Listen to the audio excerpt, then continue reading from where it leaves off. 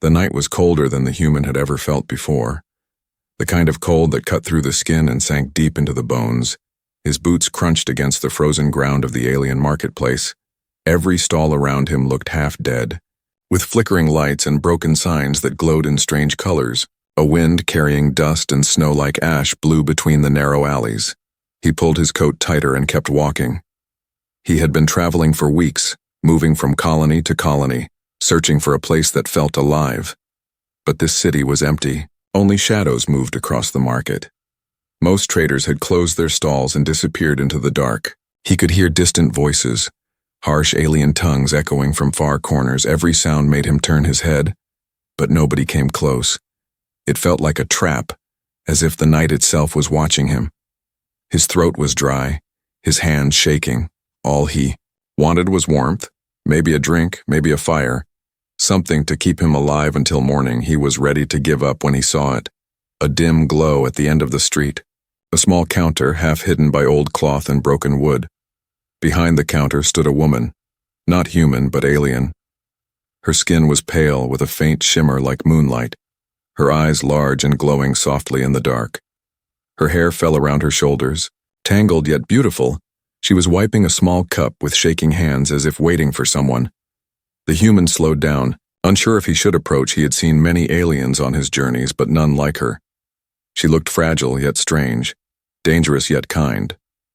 Before he could speak, she lifted her head, their eyes met, and in a soft voice she whispered, "For a warm drink, I can take care of you behind the counter." The human froze. The words felt strange, too intimate, too careful.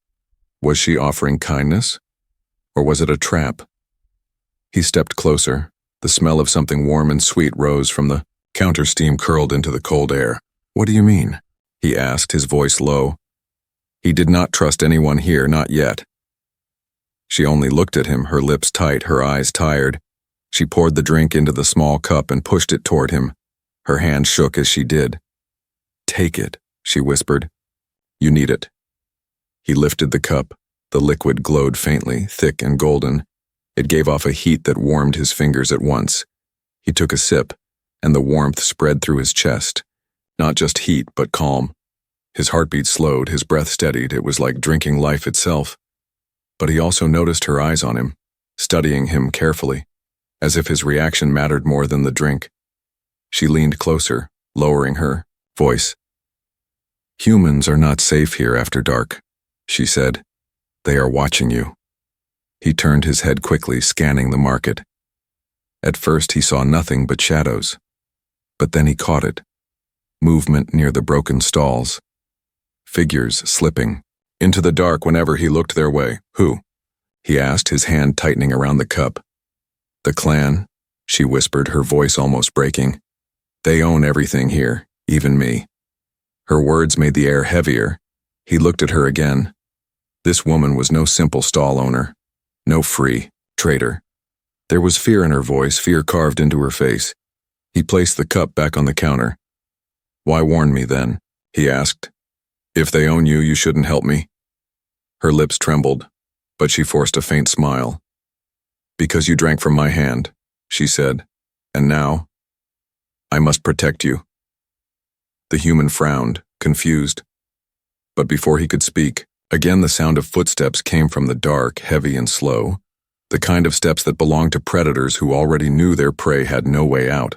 She quickly pulled him behind the counter, her hand gripping his arm, stronger than he expected, her voice urgent but soft. "Stay quiet. If they see you, they will take you, and you will not come back." He crouched low, the smell of spices and burning metal filling his nose. The counter above him rattled as something heavy was dropped on it. Voices spoke in a language he didn't understand, rough and angry. Through a small crack he saw them, tall figures with sharp armor, eyes glowing red under their masks. One of them leaned closer to the woman, asking questions, his tone sharp like a knife. She answered quickly, her voice steady but shaking under the surface. The human held his breath, every muscle tense. He could feel the danger closing around him. He had walked into this place only seeking warmth, but now he was caught in something darker, something that had already trapped her. The footsteps moved away after a long moment, the voices fading into the night. Silence returned.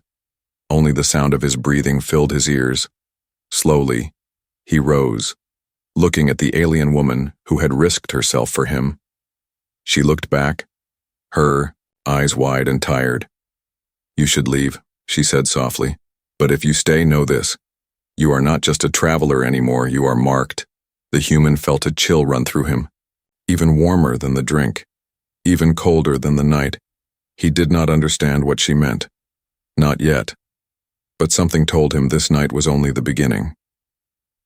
The human stayed close to the counter, his back pressed against the wooden frame. The cold night wind slipped through the cracks of the market walls, but the drink in his chest still kept him warm. He looked at the alien woman carefully, trying to read her face. She avoided his eyes at first, moving her hands quickly, cleaning the same cup again and again as if it gave her courage. Her voice came low. "You should not be here," she said.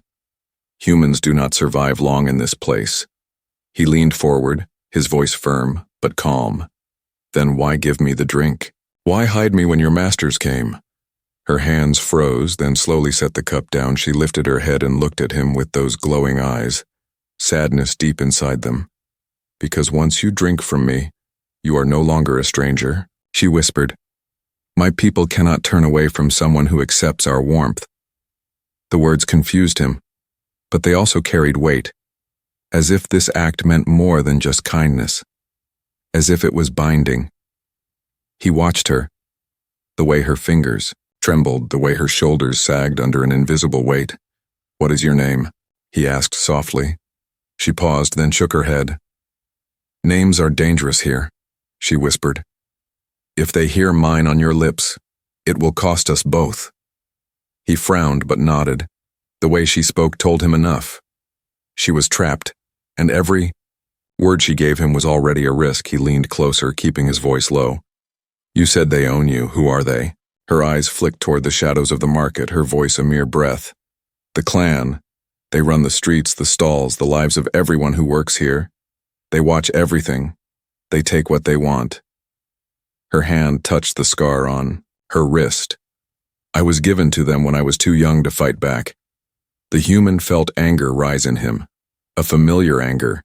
He had seen slavery in other colonies. He had seen chains on children, cages on workers. But here it felt colder, crueler. "Because she looked so tired of fighting, why warn me?" he asked again. "If helping me puts you in danger." For the first time, her lips curved into the faintest smile, broken but real. "Because you looked at me like I was alive," she said. "Not just something to be traded, not just a servant behind a counter." He stayed silent for a moment, her words sinking deep. The wind outside howled, carrying the sounds of laughter, not kind laughter, but cruel, echoing from the distance. "You must go," she whispered quickly. "They saw you come in. They will return. If they find you with me, they will take you, and they will punish me for helping." But the human did not move. He studied her face, the way fear and defiance fought inside her, the way her voice carried both warning and hope. "If I go," he said, "what happens to you?" She lowered her eyes. "The same as always," she answered, her voice flat. "I serve. I endure. I survive." Her words pressed against him heavier than the cold. He could leave. He could walk away, and no one would blame him. Yet something in her eyes, something in the way she whispered those words stopped him. A sound cracked in the distance, boots striking against metal, voices rising closer. She stiffened, grabbing his arm, pulling him down again behind the counter. "Quiet," she whispered sharply. "They are coming back."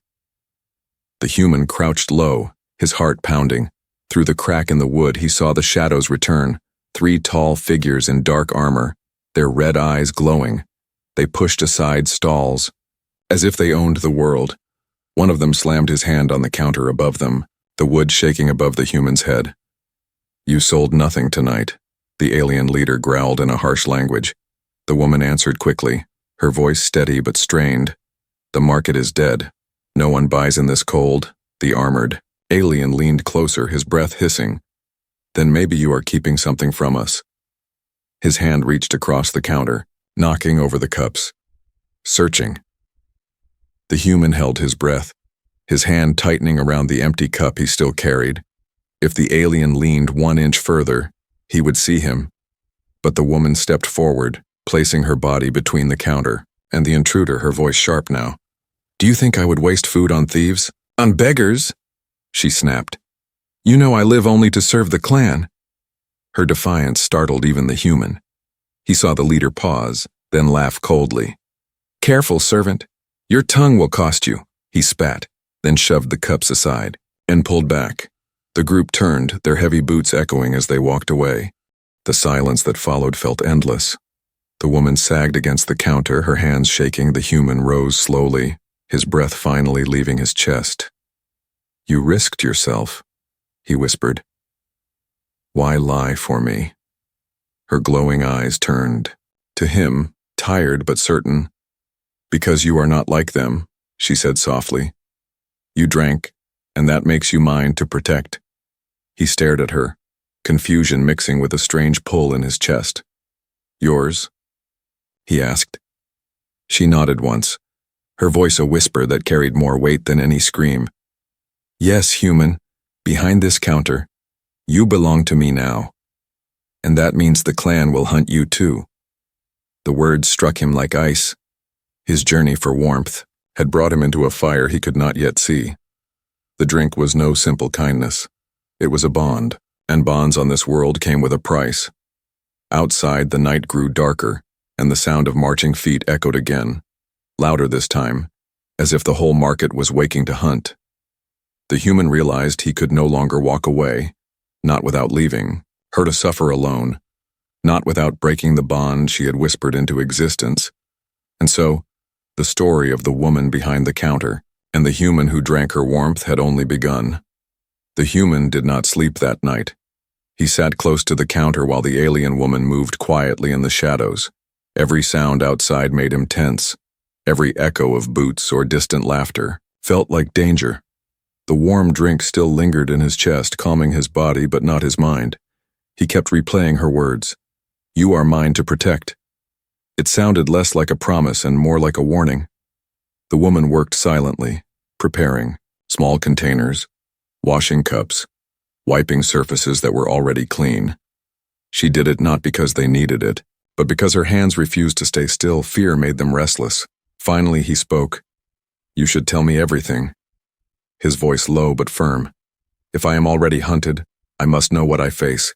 She froze, then looked at him, her glowing, eyes soft but heavy.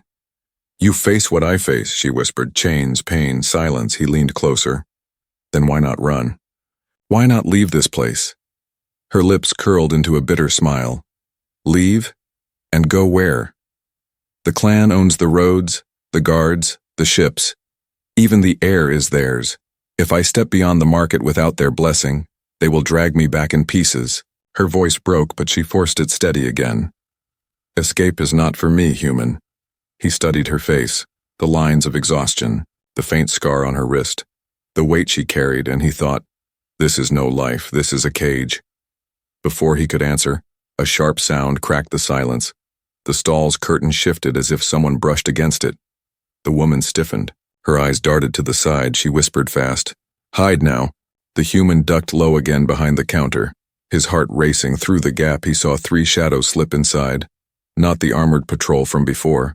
These ones were leaner, quicker, with eyes that glowed faint green in the dark. One of them leaned across the counter, sniffing the air. His voice was sharp. "He is here." The woman shook her head quickly, her voice firm. "No human has come tonight, only dust and cold." The intruder laughed softly. "Do not lie, servant, the clan saw him. They told us to find him, and we always find what we are told to." The human's hand tightened around a broken piece of wood on the floor, his breath shallow, his pulse loud in his ears. The second intruder leaned closer to the woman, brushing her hair aside roughly, his eyes narrowing. "Where is he?" She flinched but did not break. "You search for ghosts, not for men," she said, her voice carrying a dangerous edge. The first intruder slammed his hand on the counter, making the wood rattle. "Do not test us. You know the price of defiance." For a moment, The human thought she would give in, but instead she straightened her back, her eyes glowing harder. If the clan wants him, then maybe you should ask the clan why they could not catch one weak human on their own, she snapped. The room froze. The intruders stared at her, their faces twisting in anger. One of them raised his hand as if to strike her. The human's body moved before his mind caught up. He stood slamming the piece of wood against the intruder's arm. The alien cried out in pain, stumbling back. The other two turned instantly, their eyes locking on him, red hunger flashing in their gaze. The human's heart pounded, but he held his ground, his voice sharp. "Touch her again and I'll break more than your arm." The woman gasped, half in fear, half in shock, her eyes wide at his sudden defiance. The intruders hissed, one drawing a blade that glowed faintly blue, its edge humming. "Brave human," the leader sneered, "but you are already dead." Before they could strike, the woman slammed a hidden lever behind the counter. Pipes hissed and hot steam burst upward, filling the stall with white fog. The intruders cursed, stumbling back, their vision clouded. "Run," she whispered urgently, grabbing the human's hand, pulling him through a narrow gap at the back of the stall. They slipped into a dark alley, the sounds of the intruders coughing behind them. The market's shadows felt alive now, every corner, full of eyes, every sound a threat. The human gasped. "Why help me now after all that risk?" She stopped, turning to face him, her voice trembling but firm. "Because you are not like them," she said. "You fight when you should run. You protect when you should hide, and maybe you can do what I never could." He stared at her, confused. "Do what?" Her glowing eyes burned brighter in the shadows. "Escape," she whispered. "Break the chains, not just mine, but everyone's." The human felt the weight of her words, heavier than the cold night. He had only wanted warmth, only a drink. But now he was standing in the middle of something much greater. Behind them, the sound of metal scraping echoed. The intruders were already recovering, their voices sharp, their footsteps fast. The woman grabbed his arm tighter, pulling him deeper into the maze of alleys. "You cannot fight them all," she whispered. "But if you live long enough, you can fight the clan itself." The human's chest burned with the mix of fear and anger.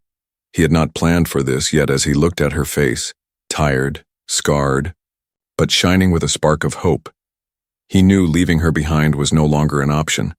The hidden threat was no longer hidden, it was awake, and it was hunting them both.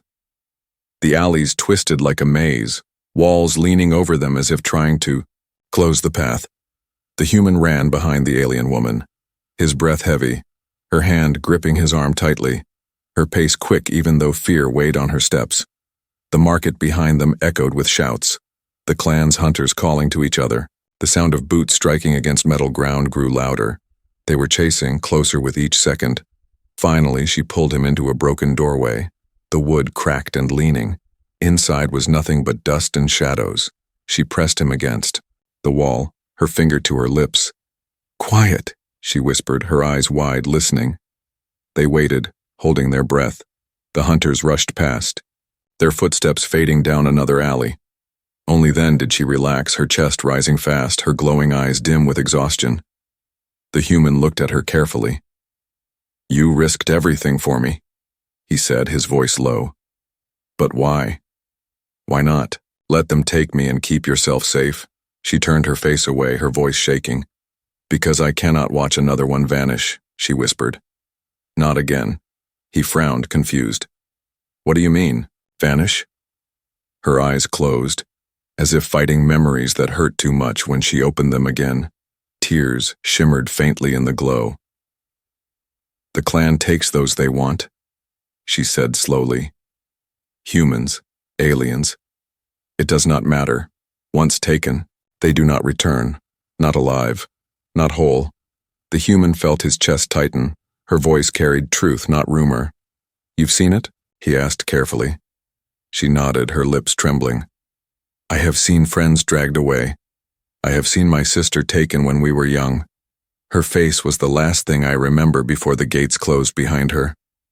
Her voice cracked, but she forced herself steady. "She never came back." The human lowered his gaze, He understood now, the tiredness in her eyes, the fear in her hands, the weight in her voice. She was not only warning him, she was carrying years of loss. "Why stay then?" he asked. "Why not fight? Why not break free?" She gave a small, bitter laugh. "You think I never tried?" she whispered, pulling her sleeve up, showing scars that ran across her arm. "The first time I fought, they broke me. The second time, they chained me. The third time, they took my voice for a year, beat me until I forgot what hope felt like." Her voice lowered. "But I did not forget everything." The human leaned closer, his eyes narrowing. "What did you not forget?" Her gaze locked onto his, sharp and fierce despite her pain. "Our old law," she whispered. "The law of my people. Older than the clan, older than the chains." She glanced at the empty cup still hanging from his hand. "When one drinks, the warmth from another. It is a bond. It means protector and protected. It means I must keep you alive, even if it kills me." The human stared at the cup, remembering the glowing liquid, the heat in his chest. He had thought it was only kindness, but now he understood it was more than drink, it was a sacred tie. "You bound yourself to me," he said slowly. "Why?" Her voice dropped softer, almost breaking. "Because I saw something in you I had not seen in years. You looked at me and you did not see property. You saw a person," she whispered. "So I gave you my warmth, and now my life is tied to yours." For a long moment silence filled the broken room, the human's breath heavy, her glowing eyes shimmering with truth. He felt the bond between them like an invisible chain, but unlike the clan's chains, this one carried trust, not fear. He finally spoke, his voice steady. "Then we fight together, not because of your law, but because no one should live in chains." She stared at him, her lips parting in surprise, as if she had never heard such words spoken so plainly. Her hand trembled, but she placed it over his. "If you truly mean that," she whispered, "then you must know. Escape is not just running, it is war, it is blood, and the clan never forgives." He nodded, his jaw tight. "I've fought worse things than chains," he said, though he felt the weight of his own lie. He had fought battles, yes, but never against something this deep, this cruel. A sound outside broke their moment, a hunter's voice calling sharply, closer than before. The woman pulled back quickly, her eyes fierce again. "We must move," she said. "They will search every door until they find us." The human followed as she slipped into another passage. The night colder, darker, yet his chest burned hotter. Her truth had lit something, inside him, not just anger, but purpose. As they ran through the shadows, he realized something strange. He had come here only seeking warmth, only a drink. But now he was running beside a woman who carried more than scars. She carried a truth that demanded action. And though the hunters closed in, though the clan's eyes watched from every corner, the human knew he could not walk away.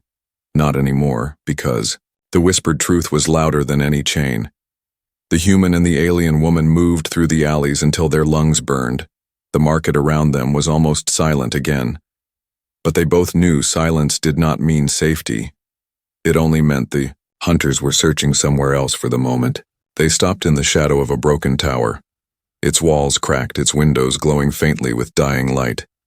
She leaned against the wall, her chest rising fast, her glowing eyes dim with exhaustion.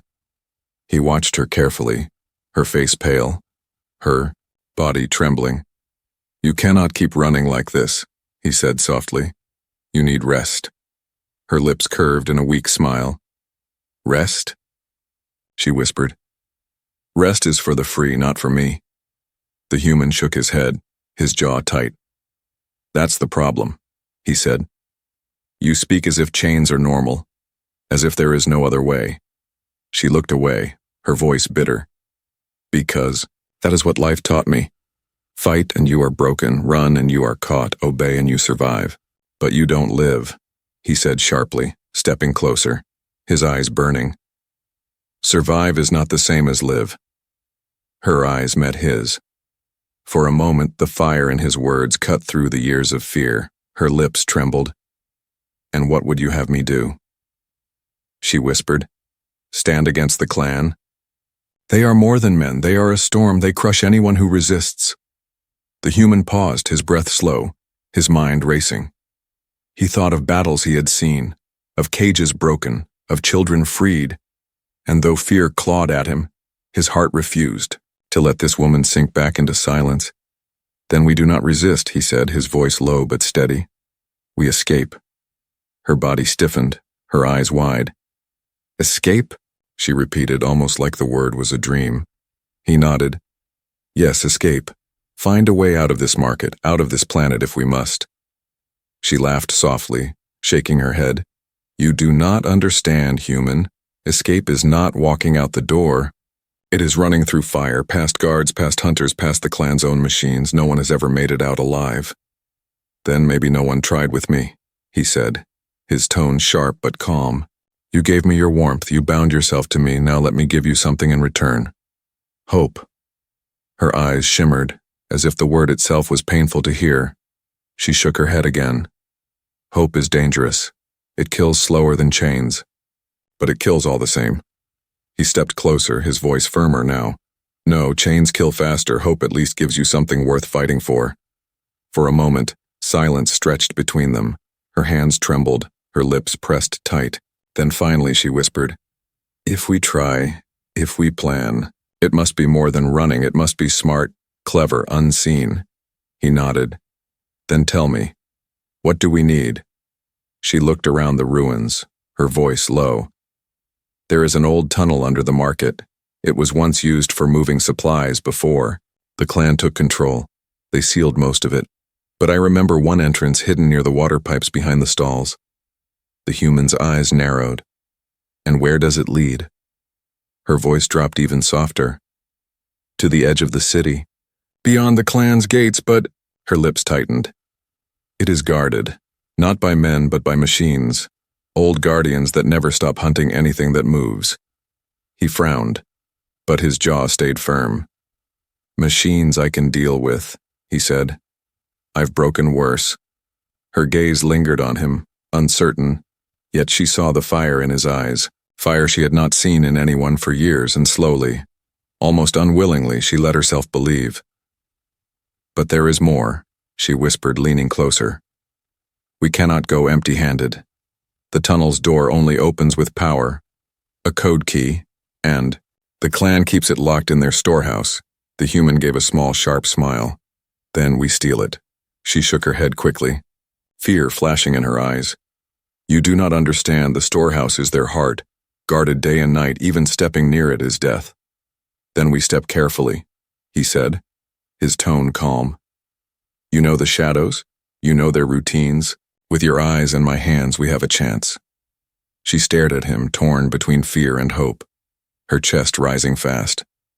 You speak like freedom is easy, she whispered, like it is a door you can push open. He met her gaze firmly. Freedom is never easy, he said, but it is worth dying for, is it not? Her lips parted, her glowing eyes shimmering, and for the first time her voice broke, not with fear but with longing. Yes, she whispered. It is. The human stepped back, scanning the alley, his mind already building the path. Then, we plan, tonight we rest as much as we can. Tomorrow we watch, we study. We learn their guards, their storehouse, their weaknesses. She nodded slowly, though her hands still trembled. And after? She asked, her voice fragile. After, he said, his voice sharp. We take the key, we open the tunnel, and we walk out of this place together. Her eyes glowed brighter, a faint spark of life returning. Though fear still clung to her face, she whispered, If we fail, they will not only kill us, they will make it slow. He reached for her hand, gripping it firmly. Then we don't fail, he said, his voice steady. Because I did not come this far for a drink, I came this far to find something worth saving. Her breath caught, her eyes wide, and for the first time in years, she let herself believe the impossible. The night was still cold, the hunters still roamed, the clan still ruled, but deep in the broken alley, between a weary alien woman and a stubborn human, the first true plan of escape was born. The market looked quiet under the pale morning glow, but the human knew quiet here was never safe. He and the alien woman returned carefully, slipping between stalls, their eyes sharp, their ears tuned for every step. Her counter stood at the edge of the street, broken cups still scattered across it, the steam pipes humming faintly, the place where their bond had begun, the place where danger now waited. She stopped, her glowing eyes narrowing. "Something is wrong," she whispered, her body tense. The human scanned the street, empty stalls, closed doors, shadows still. It looked normal, too normal. "It's a trap," he said softly, before he could say more. The air split with the sound of boots. Armored hunters marched from both ends of the street, their weapons glowing faint blue, red eyes burning behind their masks. "They know," she gasped, her voice shaking. "They know everything." The human grabbed her arm, pulling her behind the counter, the same counter that had once hidden him, now their only shield. "Stay low," he whispered, his voice sharp. "I'll find us a way out." The hunters closed in, their leader stepping forward, his voice loud. "Human, step out now and maybe we let the servant live." The woman's eyes filled with fear, but the human shook his head. "They'll kill us both either way," he muttered, his jaw tight. The first shot burned through the air, striking the wood. Above their heads the counter shook. Sparks flying, the smell of burning filled their lungs. The hunters fired again, tearing holes through the stall. The woman pressed close to him, her voice urgent. "We cannot fight them all, not like this." The human's eyes darted across the stall, searching. Then he saw it. The pipes running beneath the counter, old but full of pressurized steam, heat pulsed through them, dangerous, volatile. "Maybe we can't fight them all," he said, gripping the valve. "But we don't have to." He twisted hard, the metal groaning, the valve hissing, the pipes screamed as steam burst free. White clouds exploded into the street, covering everything in boiling fog. The hunters shouted, blinded, their glowing eyes flashing through the haze. Their shots went wild, striking walls, tearing apart stalls. The human grabbed the woman's hand, pulling her up. "Now!" he shouted, bursting from behind the counter into the steam.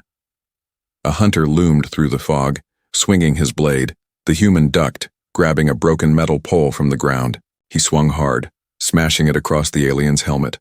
Sparks flew as the figure stumbled back.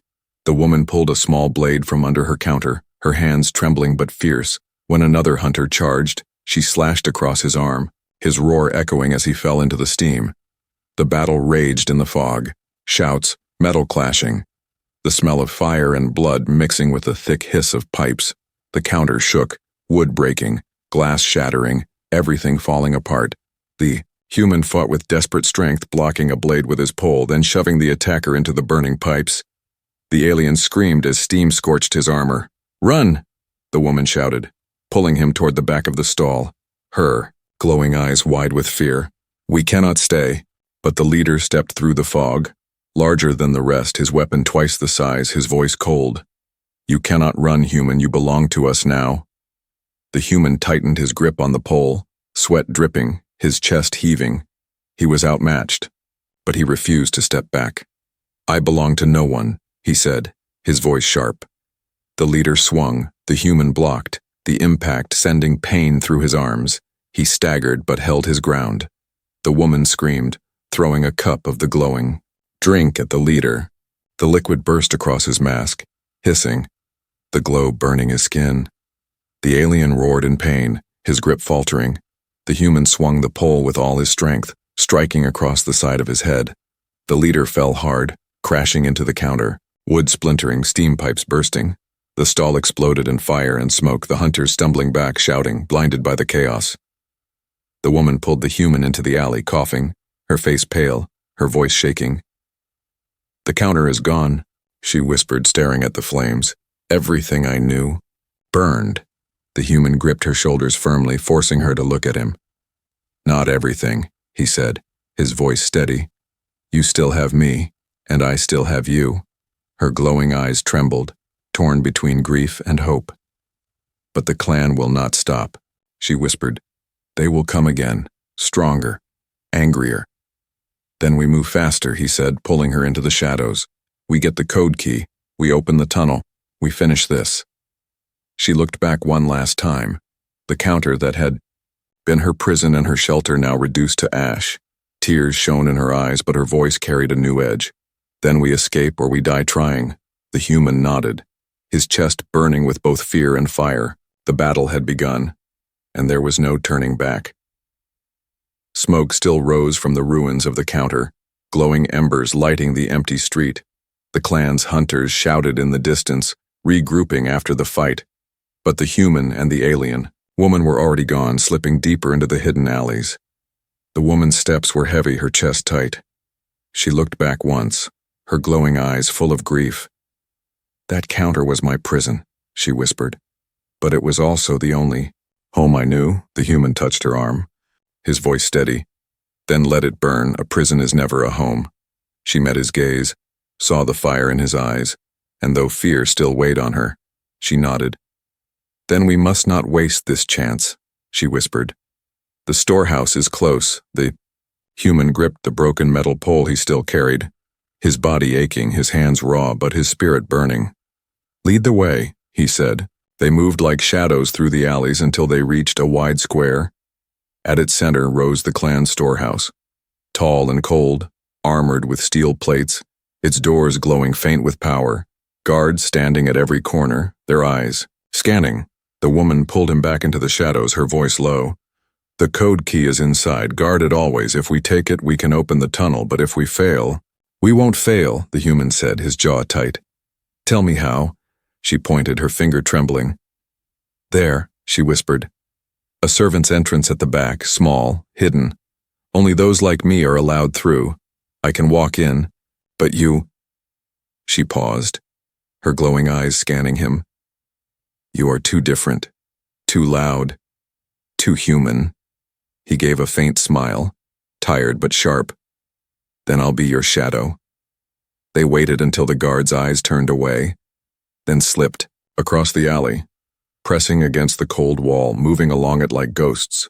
The woman reached the small door, her hands shaking as she pulled a rusted lever. The lock clicked.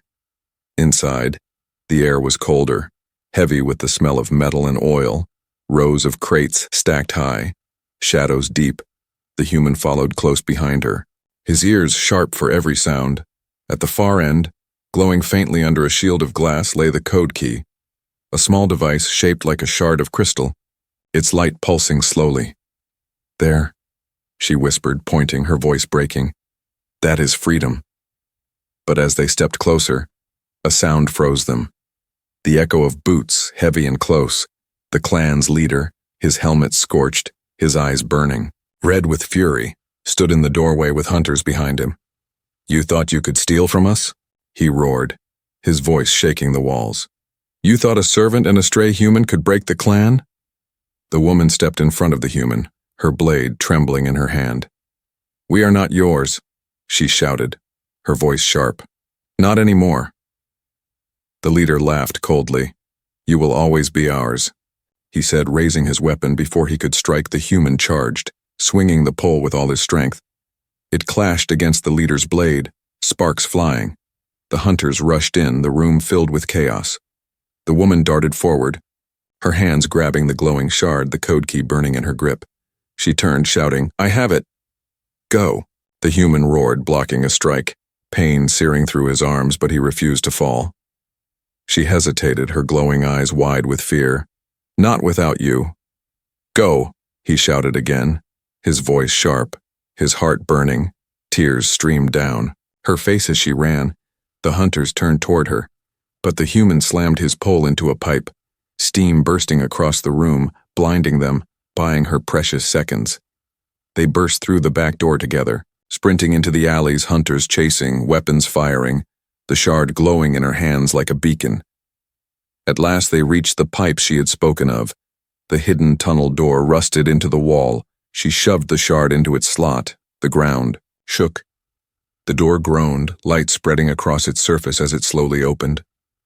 The hunters appeared behind them, shouts filling the night, blades and fire flashing. The human stood at the entrance, his body weak, his arms trembling, but his eyes fierce. "Inside," he shouted, pushing her forward. She grabbed his arm, her voice breaking. "Not without you." Together they stumbled into the tunnel, the door grinding shut behind them, sealing out the hunter's roars, sealing in silence. They collapsed against the wall, their bodies broken, their breaths ragged. But in the dark, the shard glowed faintly, lighting their faces. The woman turned to him, tears still on her cheeks, her glowing eyes softer now. "You gave me more than escape," she whispered. "You gave me freedom." The human smiled weakly, his chest heavy, his voice low but steady. "And you gave me more than warmth," he said. "You gave me something worth fighting for." She leaned close, resting her forehead against his, her voice a whisper. "Then let us fight for tomorrow together." The tunnel stretched before them, leading to a world beyond the clan, a world unknown. But for the first time in her life, the woman stepped forward not as a servant, not as a prisoner, but as someone free. And for the first time in his long journey, the human walked beside her, no longer a wanderer, but a protector, bound by warmth, bound by trust, bound by the whispered promise of freedom. The night behind them burned, but ahead, the future waited.